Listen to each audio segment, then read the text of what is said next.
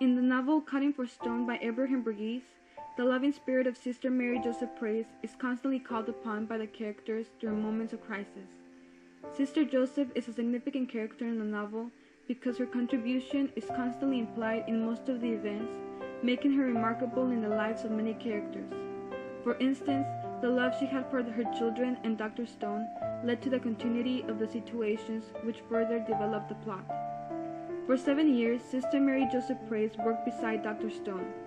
She always operated late into the night and into the morning. She was across from him, more constant than his own shadow, dutiful, competent, uncomplaining, and never absent. Her love towards him was even stronger than her love towards God and her beliefs. The day she died giving birth to the twins, she died in peace knowing that they were the product of her immense love for Dr. Stone. Even though Sister Joseph did not tell Dr. Stone about her pregnancy, she was resigned with her destiny and had hoped that her children will survive and be happy with the people that she trusted. Even with her absence, Sister Joseph has always been present in her children's lives.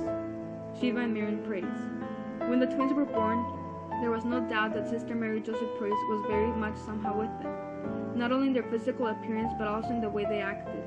Everybody saw a part of her in her children, and that made her alive in spirit. As they grew up, Marion was more of an idealist, dutifully compliant and orthodox. Shiva was more self-absorbed, unconventional, and inwardly rebellious. Both boys were highly intelligent and gifted in their understanding of surgery. Marion was also compassionate in his relations to all people, but in Shiva we see less devotion towards people. Furthermore, Shiva's actions were not always conscious. That is, he tended to react on the basis of impulse. While more socially concerned, Marion always considered the effects of his actions on others. This is because out of the two brothers, Marion was the one who had a deeper and closer connection towards his mother. He always visited the autoclave room next to Operating Theater 3. He even said, "I sensed her presence, a scent I feel so linked to mine. That was where my feet took me."